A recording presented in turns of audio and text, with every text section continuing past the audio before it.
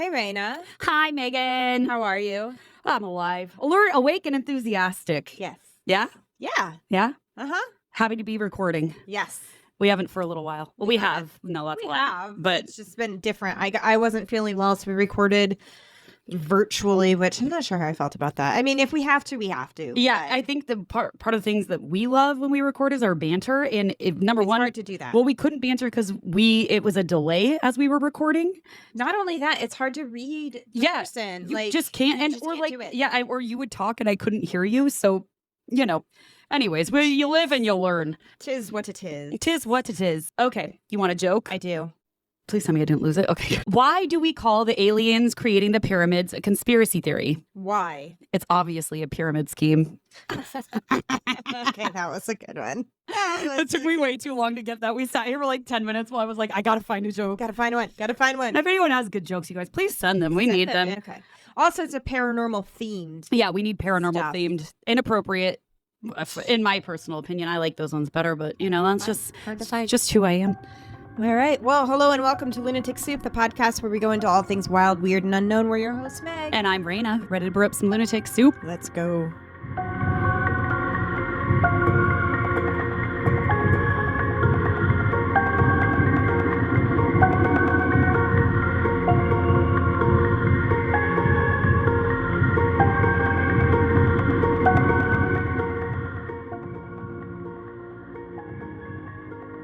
You've had this one on tap for a hot minute. Oh my God, I'm so freaking excited. This is from Fierce County. So Fierce County is probably our favorite cider house we go to. And true. Yeah. And we went there for our anniversary for May the 4th be with you. And they had a mango cherry on tap. And Was, dare I say, my favorite. I really like their pumpkin one. Their Gordian of the see, Galaxy. I love the pumpkin one, but like that's like great in the fall. I need my year round. Like this is a number one. This is year round. This was heaven. It's Look at the bottle. Did you notice the bottle? There's the Tacoma. It says T-Town, Defiance for Point Defiance, the Narrows for the Narrows. oh my God, how cool. Not a cute Yeah. design. So Fierce County, they are in Puyallup, Washington. Hard-crafted cider in the 253. Yes. Where we I'm are. super stoked. So we're gonna crack this, and unfortunately, we've had it, so we know it's really good. But we will still give a honest and fair report. knowing that I was going to get to drink this cider today has been motivating me through I actually forgot about a day of hell. I did not forget it. I have been waiting. It was part of why I was so sad when you were sick. When you were sick the other day and you couldn't drink, and I had to drink on my own because I was so mad we weren't drinking this. I was so excited. So mad. So mad. So sorry. Cheers. Big mad. Big mad. Oh, man. It's so good. It's so good. So good. And it's got that, like I always say this about Fierce. It's got that, I don't know, that homemade taste. Yeah, to it. There's something, and we've had this at other local cideries. Yeah. Like it's that homemade taste. It's not as a commercialized taste. Yeah, there's something about their cider that is just to die for. It's so good. And I actually got the owners to be a part of a cocktail book that I was doing for the city of Sumner, or am doing. It's almost done, thank God. But I basically forced him to put a cocktail in my book, and they were amazing and let me go and photograph. But they did a cocktail that has the gin cran. Oh, that one's so good too. Heritage whiskey and simple syrup. I think that's it, with like an orange twist. I'll have to show you. Have I shown you the pictures? I think you showed me the picture, but I wasn't sure what. Okay, well, it was like I haven't tried it yet, but I was just like putting the recipe down in the book yesterday, someday, and I was like, okay, I want to try this. And I'm not a whiskey drinker, but I can be convinced. I've definitely tried, especially with gin cran, because that's my favorite. God. So did they come up with it? Yeah. They came up with it. So it's something that they had already been doing. I don't know. I just told him that I bullied him into being in my book and told him he needed to get a cocktail. But so now we're forcing them to work with us on many different levels. They don't have a choice. Thank you, John. Thank you, John. You heard her. It's her, not me. I'm sorry. I know. All right, Meg, what are we talking about today? Today we are talking about Tacoma, Washington extraterrestrials. I am so excited about this one. Basically, we're going to talk about a few different ET stories. They're all kind of connected. And yeah, we're just going to discuss. June 21st, 1947, Tacoma resident Harold Dahl was working on conservations in the Puget Sound near the eastern shore of Maury Island. Mhm. This is the Maury Island incident. Do you know Maury Island? I know where it is, but I think I don't know that I've been to it. I learned through this that it is a part of Vashon Island, Mm-hmm. and it used to be not connected, but now it's connected. Or something like that. That's what I was reading. Interesting. So Harold, his son Charles, and their dog Sparky picked up 2 crew members in Tacoma and headed towards Maury Island, which is see here, I wrote it down. Look at me go. Which is attached to Vashon Island by a causeway. And now I'm like, where? Okay, so it's 6 miles west of Des Moines, so it's across from your parents, basically. That's why I know it. Yeah, it's right across from your parents. Interesting. Oh yeah. Wow. Okay. He was in the Puget Sound to unjam logs when he looked up and saw 6 donut-shaped crafts hovering about a mile above his boat. Uh-oh. There were holes in the center of the objects, which were about 25. The holes were about 25 feet in diameter. Shit, so big. When you see a donut shaped, like they were spheres with holes in the middle, they looked like donuts. So the object themselves were probably about 100 feet wide in diameter. And 6 of them. And there were 6 of them. Jesus. I would feel like more than this area would have. I would. Okay, that was exactly where I was waiting for you to go with the story to like hear what else was coming. But like, I was like, how does just one person? Yeah, because this area that we're talking about specifically, you can see across the sound. Oh yeah. Like I was just up there a few weeks ago, and we were on Vashon Island. We were probably very close to this, and you can see Des Moines. Yeah, when we take my parents' boat out of Des Moines, and you see you see Maury Island. Like that's why I knew what it was. Like the second you said it was connected, I was like, oh yeah, because that's what we see like on the GPS, like or the whatever the map thing that you get look at on the boat. Yeah. Interesting. So, I mean, here's my theory that they must have, maybe there's like a malfunction in their glamour. No, on acid. I mean that too, but I'm going the aliens glamour malfunctioned. Was acid around by? I'm sure it was. Well, no, there was a doctor that was like experimenting with it, and that's when it became like a big thing. But I can't remember the years. Yeah, I am not up to my acid history, unfortunately. I mean, it's quite the history. It's quite the trip.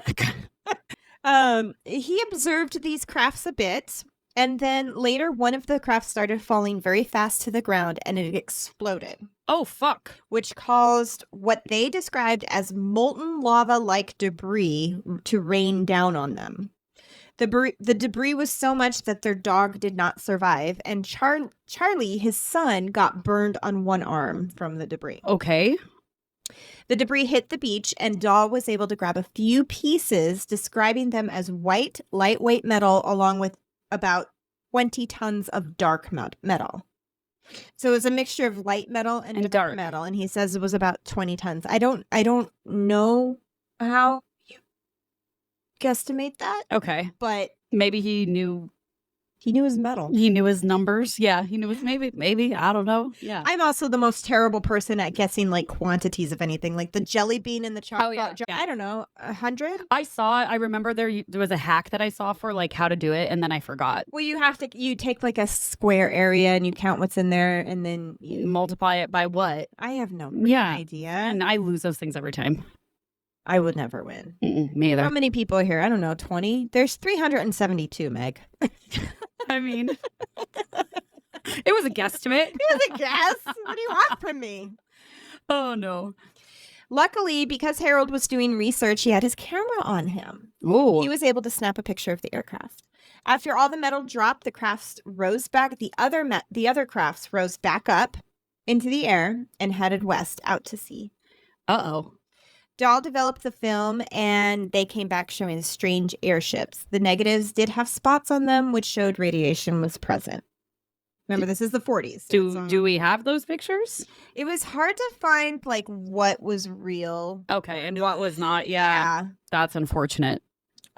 Chris, he went back to his boss and told him what happened. His boss's last name was Chrisman. So Chrisman didn't believe Harold at first. And so Chrisman thought that he had doctored the images a little bit. And he did go back to Maury Island with him and took some samples of the rocks that was there to look for debris. While he was there, one of the airships came back and flew overhead of him. Chrisman described it as the craft was watching him. That's how it seemed. Like Interesting. Like they intentional. You know when you have those stupid, what are those things that I hate? Drones. I didn't know you hated drones. Oh my God, I hate drones because there's like literally we've had people in our neighborhood, like I'll be in the backyard laying down or out there with the kids. Yeah, It'll hover over your yard. I freaking hate that. That is such an invasion of privacy. But you know when they're watching you. Well, and yeah, that's like different because like I love drone footage. Like my brother-in-law flies them in Hawaii to see the whales. And that's insane. Totally cool. But when you're in a neighborhood cul-de-sac and you're hovering in the backyard, highly inappropriate. Absolutely. Yeah, no, definitely not. We actually had the Northern Lights out here. We did, which was so cool, and I lost my freaking mind. It was like the coolest thing ever. Why are you laughing so much? Because of me and what happened with me. That I don't think you realized that like when the Northern Lights came out, so it was Mother's Day weekend. Yeah, it was Friday before Mother's Day. Okay, so my husband went and got me some very potent edibles. Oh no! And so you guys are like, I can see the Northern Lights. I didn't realize that you really can't see them with your naked eye. Like you can a little bit, but they don't look the same as what pictures do. They don't look the same as what pictures are. But from my house, I could see them. Yeah, like they were dancing. So I could see like the pink streaks or the blue, like so I could see the streaks, so I could tell that they were out. But I was expecting to see what I was seeing, the text that you were sending through. Oh yeah. So me, all very happy, not really in my right mind, and a few glasses of wine. I'm running up and down the streets, trying to find the Northern Lights. I wish I saw that. And then my other neighbor, Megan, like texts me and she's like, yeah, I heard you outside yelling. Did you see him? And I was like, no, I can't see them. She goes, no, you just have to take a picture with your phone and that's how you see him. And I was like, God damn it. Oh my God. See where I live in a cul-de-sac and it's very open. Yeah. When I was in my backyard, you could hardly see them. Yeah. When I went to the front and looked north, you could see the greens and the pinks. Like it was really when I was like out in front of my house, like over in the intersection areas, I could see it way better. But yeah. But anyway, I went and drove up the hill with my girl. Oh, did you? Yeah. To see if I could see him overlooking like more of the mountain range. And you could, but not as good as just in my cul-de-sac. So when I was there, a drone was out. Oh. Because my oldest was like, what's that? And I saw it. I'm like, oh, it's just a drone. And you could see the flashing light and then it stopped. And the light went off. And I'm like, you fucker, you know I'm watching you. It was like right by us. Yeah. And it stopped and the light went off. Weird. I don't like it. Go do your thing. Just ignore me here. Okay? I just found this amazing like photo spot, you know, that Mount Rainier spot that I just and that it's super close to our house. It's not far away. And Tex and I were talking and I was like, damn it, I wish I would have known about this when the Northern Lights were out. I could have gone it would have been unreal. I bet there was so many people out there because I guess they could see them up there so much better than they could down. Dang. But I was also just not in a state to be leaving my house. So there's that. That'll happen. It was my Mother's Day weekend. Okay, I was enjoying myself. You can do to the best of my ability. You were a space cadet. I was a space cadet. That is for damn sure. We had to ground you. I was almost with the aliens, I think. Unlike me, who's ground control over here. You are ground control. I am not at all. The opposite, but that's why we work. Oh no. Oh man. So I already said that. Chrisman described it as the craft was watching him. Yeah. So that went on for a little bit and then went away and we move on with our day. Okay. The next morning, however, Harold Dahl reported that there was a knock at his door. And when he opened the door, a man in a black suit was at the door and asked him if he would like to go to breakfast. Comes man in black. He wanted to know if he wanted to go to breakfast with them, but it wasn't more of a like, hey, you want to go to breakfast with me? It was like, you're going to breakfast with me. Get your stuff. And then I'm going to flash your eyeballs, and then you're going to forget everything. Such a good movie. I know. Now we got to watch it. Such a good movie. Yeah, it is. That was solid. All of them. And Agar. Agar. I need, what does he say? I need water. And sugar. Sugar water. When he pulls his flesh back. I know. Like, I feel like we've all had to do that. And so I feel like my chin is now, as I get older, I feel like it's starting to sag a little. Gotta get a turkey's Suck it all back. I need a clothespin in my neck. Yeah, what is that movie? The Greek one. My Big Fat Greek Oh one. yeah, I'm where they for go a long time. They go, pull! And Oh, yeah. all the moms are pulling their neck fast. Okay, that's great. That's so good. Who would have thought we would have linked together Men in Black and And that, Fat Greek Wedding? you know, never say never. So Dahl agreed that yes, he would go to breakfast with him. I mean, I don't think he really had a choice. Yeah. But he was going to drive his own car. He followed the man in a suit who was driving an all-black, brand new Buick. They ate, and the man in black did not ask any questions. He instead told Dahl a detailed account of what had happened on Maury Island. Okay. Like he said, this is what happened. Like he told him an actual. He's step-by-step account of what had happened, and he warned Dahl that bad things would happen to him and his family if he told anybody about the incident. Oh no. So he confirmed everything and then said, keep your mouth shut. Don't you fucking mention it to anyone. So naturally, Dahl and Chrisman sent the package of photos and accounts to a publisher named Ray Palmer in Chicago. Naturally. What, he's trying to get his teeth taken out? What happened to that one guy? Mel's hole? Yeah. Mel's Yeah. hole. He had his back teeth taken out. Well, they're going to take his tongue before you know it. Then you really won't be able to. Yep. The Mummy. Pirates of the Caribbean crap. Oh, I was going to the Mummy. Eyeball. Oh, I can't believe it's taken us a whole year for me to find your actual bugaboo. I will not watch that movie. I know it's a great movie. It's a I keep saying that word. Cinematic masterpiece. I love that movie and the series. Love it.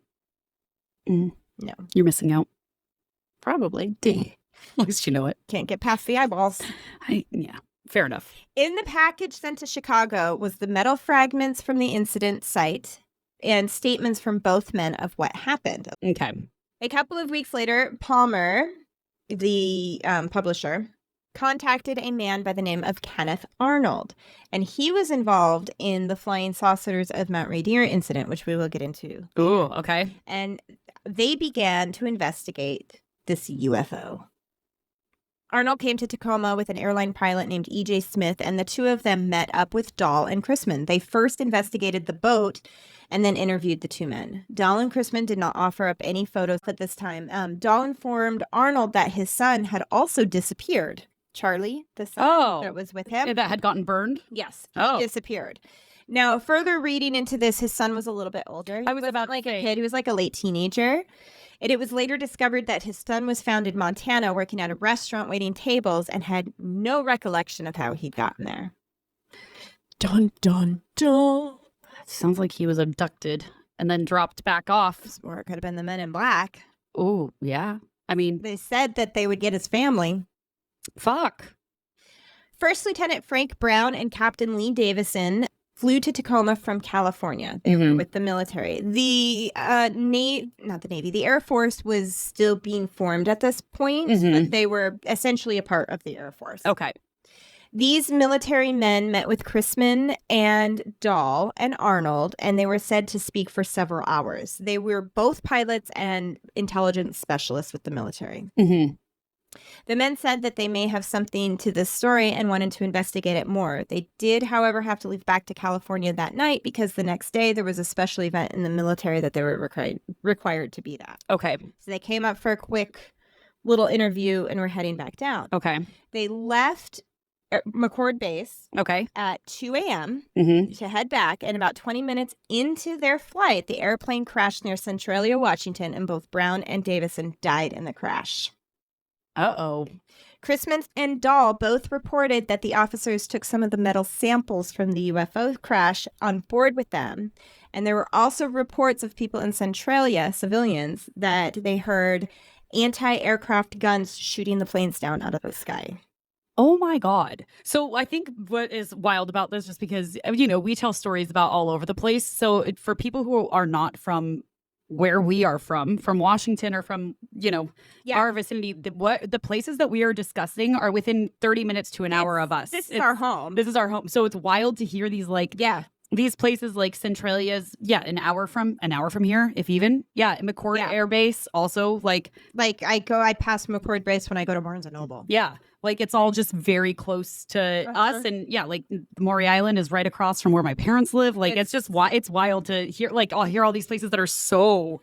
And that's why I want to do the haunted states or the spooky states. Yeah. Because I want people to hear these stories from wherever. Yeah, from their own states, it's so cool. Because when you hear places that you're like, hey, I know that. Because, like we said, we are not just strictly PNW, obviously. No. We do everywhere. But so it's like cool to hear. And it's so close to us, like even closer to where we live than. Oh, God. Yep. Both the local newspapers and the FBI got calls about the plane being intentionally shot down, and it was thought that this happened to cover up information that the officers gathered regarding the UFO. Now that there was a loss of life, the newly formed Air Force got involved and broadened its investigation, and the FBI launched their own investigation. So the government is investigating. So my question is there another government entity that's covering it up? Or is this a front for all of it? Like, are they saying they're investigating, but not really? I feel like there is another government entity that's covering it up. I feel like that's something that we've heard the whispers of. The X-Files? It could be the X-Files. I want to believe. Could be. But it is. I do, I think that, I don't know. I feel like of all the conspiracy theories anybody believes, the ones that are that the government knows things about aliens and that they cover it up is probably like the most. I don't even think that's a conspiracy theory. Wow. They did, for sure 1,000% know. I mean, yeah, but it's conspiracy because it hasn't been proven true. Kind of like a cryptid. They're out there. They're out there. I'm just saying. But it is wild because I do think, because you think you hear so many, like we were talking about whatever president. JFK, yeah. They it's a theory that he told about the aliens and then they went back and made him. Killed him. Yeah. Dead. He died. He died. He was dead. No source given. No source given, just dead. Dead died. But then the government will sprinkle these little seeds, like with that whole big thing that they did last year with the whole where they went to Congress and if you listen to it, they said nothing. It's because they were trying to turn our heads away from the Jeffrey Epstein case during that. They know it's real. They're dropping little things too, so that when it finally comes out, we all don't go into a full-on panic. What was it? Non-human biologic. Yeah, non-human biologic. Okay, well, what the hell is that then? You're not saying it, but an animal. They could cover it. They said nothing. I mean, technically, aren't aliens cryptids, though? Yeah. I don't see why not. There is a theory that Bigfoot is, in fact, an alien. So. Yeah, it could be a species that's somewhere else. Or an interdimensional traveler. So, they were launching investigations, and the Air Force determined that the crash was an accident. They also spoke to Dahl and Chrisman and visited the boat. The report determined that the damage to the boat was not as described by Dahl and Chrisman, and that there weren't any piles of metal debris on Maury Island. The samples that they still had were said to be slag or regular metal debris from the area. The conclusion was the same for the FBI, and it was said by officials that Dahl and Chrisman faked the incident. That's a good way to cover it up. I mean, look at us go. We did a full-on investigation. I mean, that's the thing, is that because they're a government entity, they can do that. They can. Yeah, that's the official word. That's the official. What was like the last week's episode when the Project Stargate, or whenever it was a few weeks ago, how they went to Congress and they dropped all of the stuff about them using it for actual military stuff. They were just kidding, that didn't happen. Well, I mean, go back to Admiral Byrd for Antarctica. Yep. He went in, told them all this stuff, and they said, okay, but no, it didn't. Don't say a word to anybody. Yep. And they have too much power. Weird. Weird. Dahl and Chrisman did not argue with the outcome and refused to give any interviews for quite a while. And it came out that the government coerced them into dropping the matter, or else they would prosecute the men for fraud, which resulted in the death of 2 military officers. So because there was the deaths, now they had leverage against Chrisman and Dahl. Interesting. Seems like a way to silence people. Sure does. A few years later, however, in 1950, a magazine came out with two statements. Chrisman was stated saying that the incident did happen. Kenneth Arnold, remember he came and helped to investigate, began to write about the incident, publishing a book called The Coming of the Saucers in 1952 that featured the Maury Island incident. That's kind of what it became known as. Yeah. Author Gary Barker read up on the incident during research for his own paranormal books that he was writing. And in 1956, he published a book called They Knew Too Much About Flying Saucers. And this was the first story about the men in black who worked for the secret government agency to cover up the existence of UFO and extraterrestrial life. Oh. This book was based on the Maury Island incident and helped to popularize the Men in Black trope in mainstream media. Damn. So, like, you hear that, Will? You started here. But you know what they say? They like, we've talked about this before. They like to put things that are real right in front of our faces. Yeah. Like they put them in the movies. They do that stuff. I'm just saying. Oh, you're saying like the government? Yeah, I'm saying that they green lighted the Men in Black movie. Yeah. Like, hey, look, it's fiction. It's fiction. It's fake. But it's really, that's what they're saying with that new. I know that you don't give a fuck about, but the movie, landing on the landing. Yeah, they're saying that like they put it right out in our. Yeah, they put it in our face. Just that does like, look like a. Really I mean, it just looks like. I mean, it has Channing Tatum in it, so I might like Channing Tatum. He's very handsome. Good for you. He's not your type. Not your type. Not at all. So funny. Not at all. Yeah, very opposites, but that's okay. That's okay. You've never seen Magic Mike, then? No, I haven't. You couldn't handle it. You would die. You would be so uncomfortable. You would not. Probably. I'd probably just giggle. Be like, that's stupid. I think you would just sit there like, nope. I need to take you to a Thunder Down Under show. Oh, that I'm down for. Oh, okay. It's basically that. But oh no, but Doug knows this. Like, yeah. Like, I've already told him if I go to Vegas, I'm going to Thunder. I mean, watch a bunch of men dance around in their budgie smugglers, and now I giggle. Yeah, I'm just gonna giggle. But it is. It's like what I mean. Those are so fun, though. What did you call it? In Australia, they call Speedos budgie smugglers. Like the little bird? Like your little bird? Smuggling a budgie I get it. In your pants. Oh, yeah. It's them and their budgie smugglers. So, yeah. That's cute. Isn't it? Oh, God. No, you got me. All right. So let's talk a little bit about Kenneth Arnold, who was involved in the incident. Okay. Was a part of this whole thing. So on June 24th, 1947, pilot Kenneth Arnold reported seeing 9 objects in the sky. They were glowing bright blue and white lights, and they were flying in a V formation over Mount Rainier. Dang. Arnold estimated that the UFOs were flying at a speed of about 1,700 miles per hour. Again, how do you estimate that? As a man. Well, you mansplained it. So it was probably 500 miles an hour. Yeah. Sorry, all our men listeners. We love you. We swear. Okay. Oh, God. Oh, you got me the giggles going, and I can't stop. It's fine. When interviewed, Arnold said that the motion of the objects were a saucer if you skip it across water. So, when you skip, you skip and it kind of like glides like that. That's what he said it was like. Oh, like bouncing. Yeah. Yeah.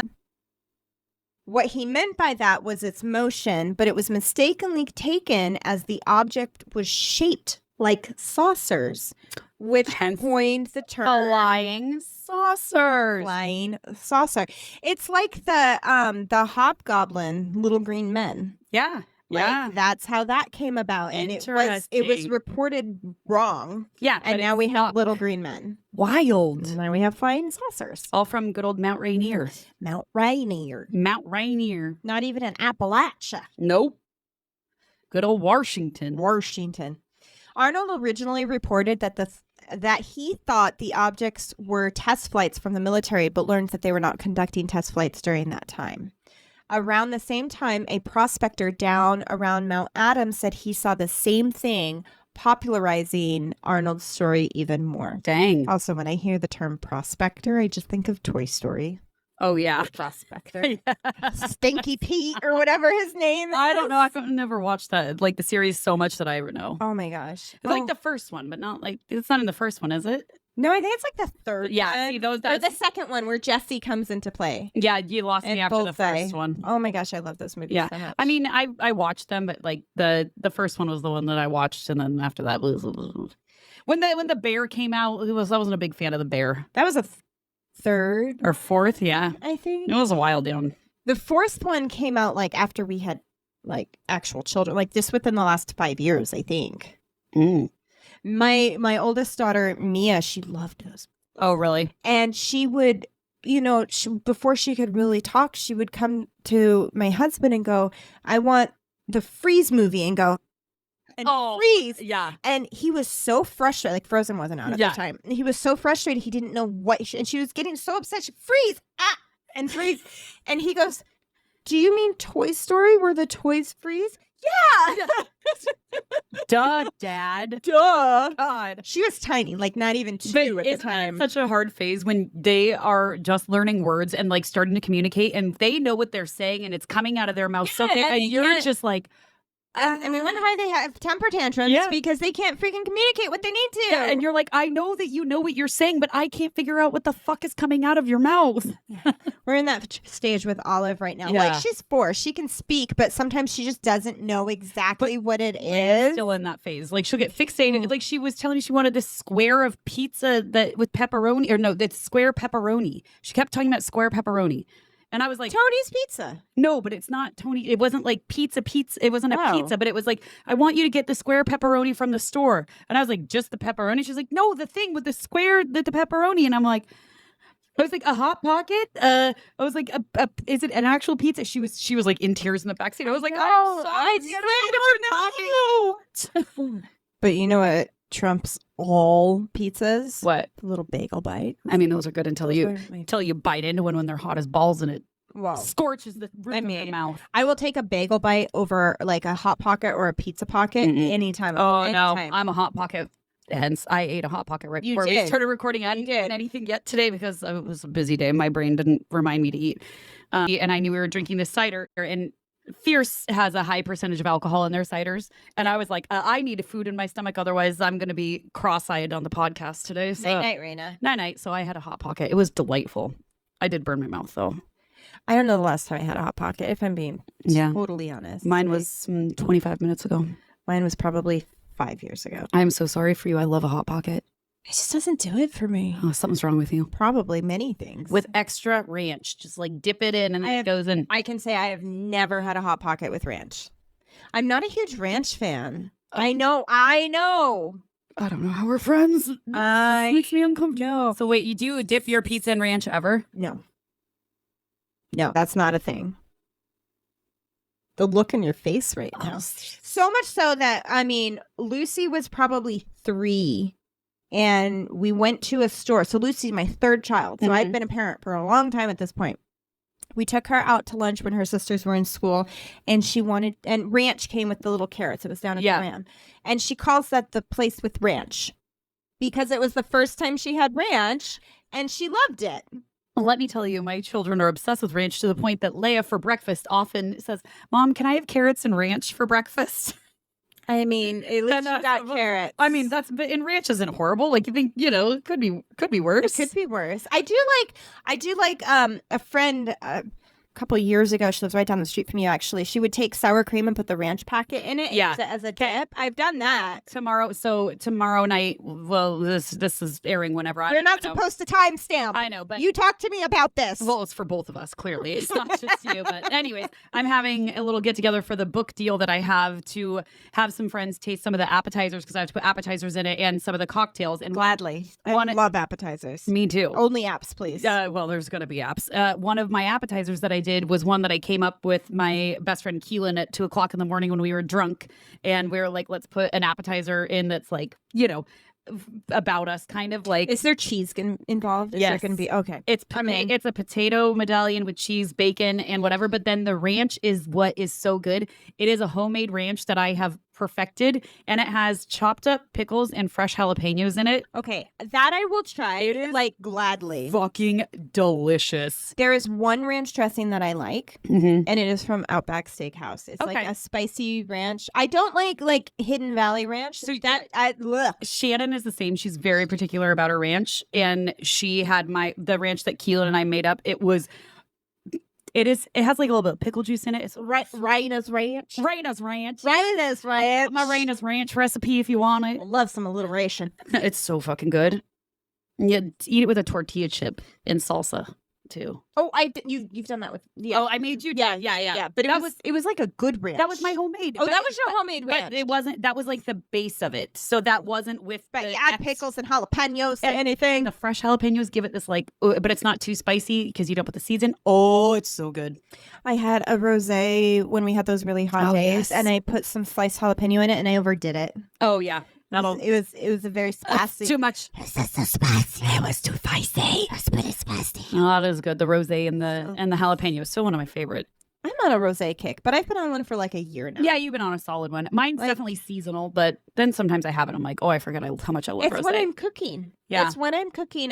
Although I had this on one of the last episodes we did when I wasn't feeling good. It's rosé sparkling water. Oh my gosh. I need to get it. Try. So good. It's Waterloo. Yeah. I just am like a big lime and sparkling water fan. That's just like, I do fresh lime. Yeah. That's like my happy place. But it's such a good alternative. Oh yeah. All the time. Yeah. When I'm cooking, I have to have a wine glass. I don't really care what's in it. I just have to have. And you know those fancy wine glasses that Dad got me for my birthday? Yeah, they're beautiful. It's the green one. I need the green one. Yes. Because that's my favorite color. Yep. But now my babies need to have their fancy glasses. I know you said that Olive loves her fancy glass. I mean, she will pitch it until she gets her fancy glass. You know what? Let that baby be bougie if she wants to. Yes. Let her do it. And they're just like cheap little glasses from IKEA. Like, I don't even care. Yeah. We have plastic ones for my kids for the fancy ones. Perfect. With glitter on them. Wine glasses. Like, they think they're fun. I should do that. I should get them all like these fancy glasses. I have lots of them. That'd be fun. It is. They think it's entertaining. You know what I used to have is a bunch of Coca-Cola glasses because I'm like a Diet Coke fiend. You are. I need to get more of those. They've all broken. All of my matching wine glasses are broken. I gotta go buy new ones. Dollar store, baby. No, I need the thin wine glasses. Those thin, nice ones. Oh, not for like photography, for like actual. Yeah, for drinking. me consuming alcohol. Marshalls, don't you have Marshalls? I have to clear out all of the random ones that I have, and I'm in an abundance of cups right now because of my photography. Yeah, I have tons of martini glasses currently, some beautiful ones. So Excellent. I need to get new cups altogether because somehow I don't know the kids eat them. I know. How do they disappear like that? I don't know, but I bet if I go and look under Mia's bed, they're all up there. I feel like that and forks. I've been losing a lot of forks and spoons, baby spoons, smaller spoons that I like, not the big ones, but the ones that I like. I stopped trying to get sets. When I run low on a utensil, I just get the bulk thing from Amazon. Oh, smart. I just get Walmart has like the pack of like 5. I'll go in there and get some. I'm like, that's replenished for now. Because at this point, nothing's going to match. Nothing's going to look. I am trying to redo my house to be like nice and grown up. It is what it is. I mean, we are grown up and it is nice. Me too. Ish. I love kids. Easy. Mm-hmm. Where were we? Prospector. Wow, we really tangented in there. Yeah, a lot of that's going to get cut. Arnold went to the media about his story to spread so that the news could spread, right? Yeah. And it did. The number of UFO sightings began to increase dramatically. And the following month, in July of 1947, the famous Roswell, New Mexico case debuted in local New Mexico papers, claiming that personnel of the nearby U.S. Army airfield had recovered a crashed flying saucer. We're not going to get into that incident. That's a whole other episode. But Roswell, y'all heard it. We know. Ish. Because of the number of increased sightings, the Air Force began to investigate them, and they called this investigation Operation Sign. Signs. Ever heard of it? I have. Yep. In 1948, they claimed that UFOs were actually sophisticated Soviet aircrafts, or they hypothesized that they could potentially, maybe, possibly, kind of, sort of, sometimes, I don't know if they are, but be extraterrestrial spacecrafts. Oh, kind of, sort of, sometimes, maybe. Slight chance. There's Slight. a chance. Itty bitty, titty bitty. So you're saying there's a chance. Teeny tiny. Okay. Teeny tiny. The Air Force concluded that Arnold and the prospector from Mount Adams, were credible witnesses, but said that they were probably seeing mirages, not actual aircraft. You silly Billy, it was a mirage. Project Sign turned into Project Grudge, which turned into Project Blue Book. Ever heard of that? Uh-huh. Project Blue Book became the U.S. government's longest-running official inquiries into UFOs. They compiled reports of more than 12,000 UFO sightings from 1952 to 1969.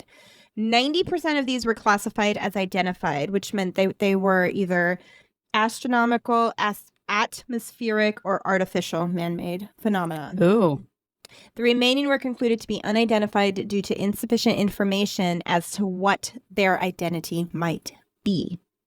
In 1969, the Condon Report came out, concluding that after a two-year study, that information collected was not scientifically useful and shut down Project Blue Book.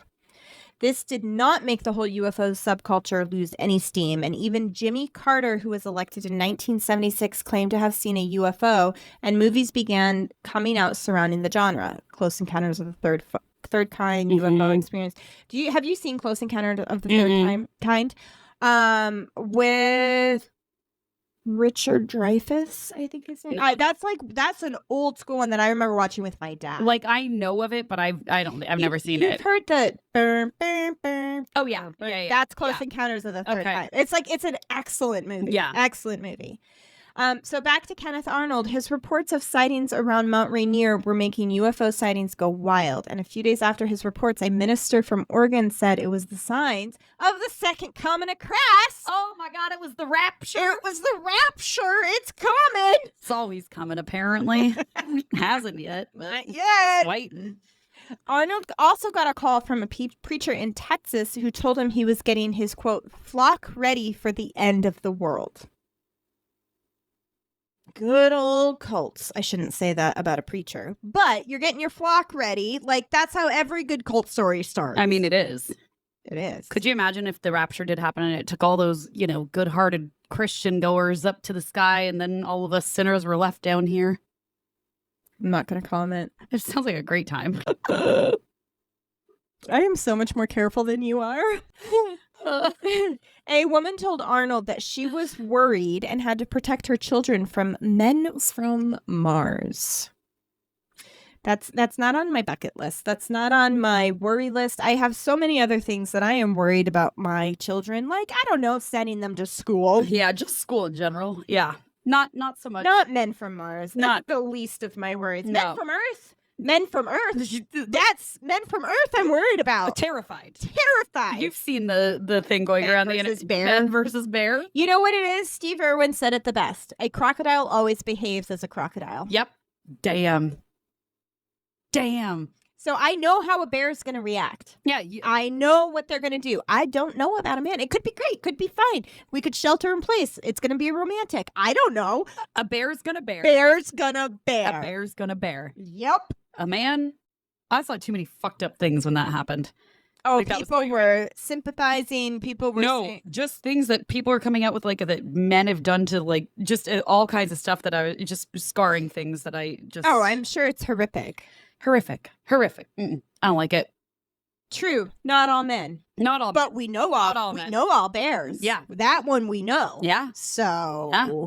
Well, I'll take my chances with the bear. I will happily take my chances with a know bear. what 1,000%. to expect. If I encounter a bear, I know what to do.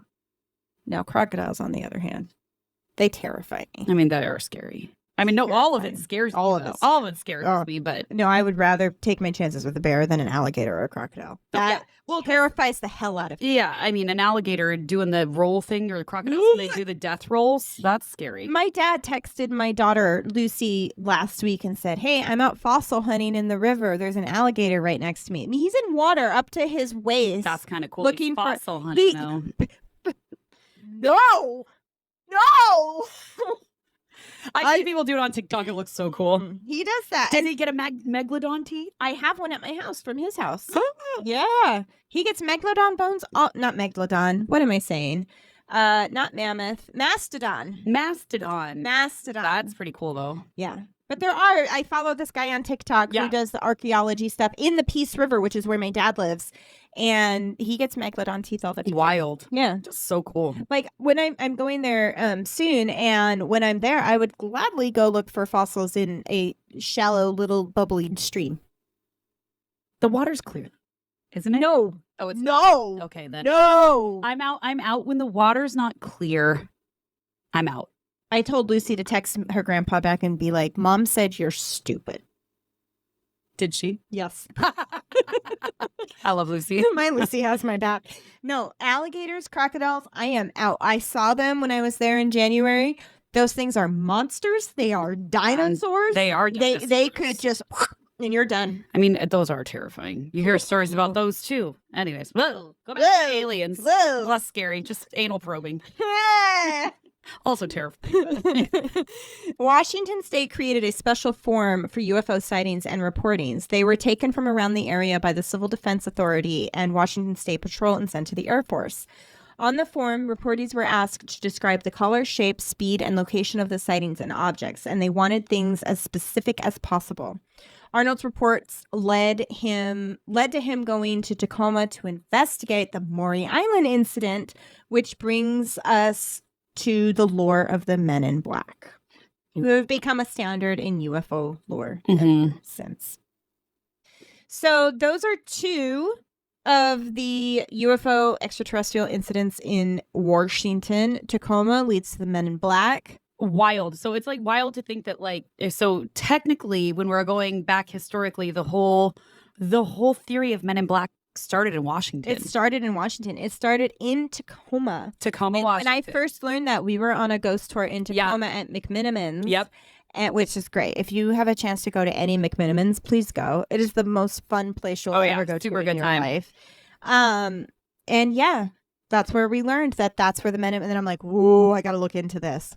It is wild, like that story that the Men in Black came, knocked on his door, and then took him to breakfast. It's kind of like what you see in the movies. I'm just saying.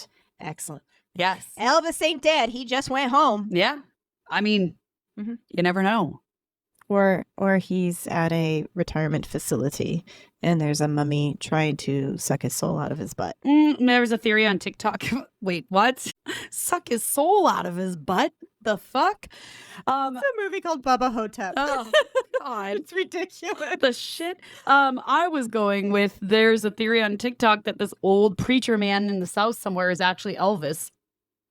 He sings like him, he sounds like him, and that he went into the witness protection program and tracks. Whatever. But it's when you see the guy, you're like, that adds up. I don't know.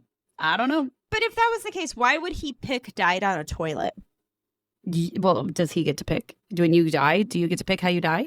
Well, no. If he went into the witness protection I know program, that. I'm saying, but did he get to pick that? Like, who would pick that? Maybe someone who didn't like Elvis. They're like, let's do something believable. Like, let's go out in a blaze of glory, airplane crash, or shitter's full. Touche. But you never know. Maybe it'd be more believable if it was something on the toilet. No, thank you. Why not? Yeah, just go for it. Anyways, but wild. All right. Well, yeah. Well, so that's it. That's that. I have a lot more like ET stories, but I'm going to save that for our spooky Washington. Yeah, but that just is like the gist of like how the Men in Black in Washington, how it all got started, and dang, and there are still lots of sightings of alien kind of stuff in our area. Mount Rainier is a hot spot. Yeah. Like I was saying, I just did a photo shoot where it was the most insane view of Mount Rainier, and it was stunning. But it is one of those that when you Google, like when you look up alien things, Washington, it's like all around Mount Rainier, people see stuff. And I feel like it's around mountain ranges in general. You got the White Mountains in New Hampshire, where it was a big hot spot. You have Mount Mansfield, which is where I grew up in Vermont, and I have an experience with Mount Mansfield. Like, I think I've said it before. Yeah, you have on here. Yeah, like just glowing giant balls. I've never seen anything, but I would love to. This is what we need to do. We need to dress up with our tin hats and get pictures in front of Mount Rainier for that spot.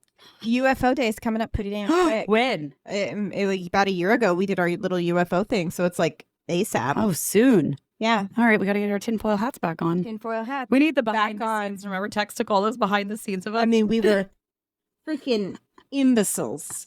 We had a good time. It was a really good time. It was. We had so much fun. Sometimes I feel I'm gonna get away. Mm-hmm. Yep. We'll repost that one. That was solid. It was a good one. That was a good one. That was one of like our first real like tickety talk. Yeah, a good TikTok though. Like a good one. Mm-hmm. I still am a fan of that. I use the footage of that like all the time for random things because it's so good. Yeah, and we had the eye movements down like. It took us a second, but then when we did, but once we coordinate, I mean, it takes us a minute to coordinate, but once we can coordinate with it, yeah, good things happen. Words be hard. I learned that when I did the podcast when we swapped spots, and I was like, "This is not. I fucking don't like this at all." Okay. So little appreciation. Oh, I do over here in the right seat. I have always had my right. You're on my right side. This is my right hand. But so I remember where I lived in like kindergarten. No, second grade. And I remember like which side the bridge was on. That was the right side. So every time I go back to that place, South Burlington, Vermont. I love it. That's and okay, the bridge is over here. That's right. Yeah, there it is. But no, I've always had appreciation for your job because number one, we know I'm not a writer. And that's like this not my jam. And number two, like reading and like keeping the story going is just not reading words without stumbling 5,000 times. And it's funny. Stumble? Well, I know, but not nearly as bad as I do. But you all, like you said to me one time when you were stumbling, you're like, I feel like you just look at me like, get it together. And I never think that. I'm just more like, because I know that I could be doing it. I just know that my words don't come out. We do know that I also can't further the banter as well. We each have our strengths. We do, for sure. But yeah, it was definitely a very like, I'm like, no, I am quite happy over here drinking my cider and maybe letting you do the storytelling and me coming in with the, dumbassery. We got a good thing going. We do have a good thing going. I'm not mad about it. Well, we got another episode to record, so we're going to wrap this one up. Well, shit. If you guys want to catch us, you should, check out the social medias at Lunatic Soup Podcast on everything. Lunatic Soup Podcast at gmail.com. And the YouTubes. I got to update the YouTubes. I've been off my game. I've been busy. And remember, we've got the Haunted Farmers Market in Tacoma, Washington coming up this summer. July 20th. July 20th. We might add extra dates, but just keep those in mind. Come down and see us. Yeah. You can find the sign up on our website or at the Haunted Farmers Market. Yep. Yeah. And, go get yourself a lunatic soup. Yes. And remember, in this crazy world, it's good to be a lunatic. Bye. Bye.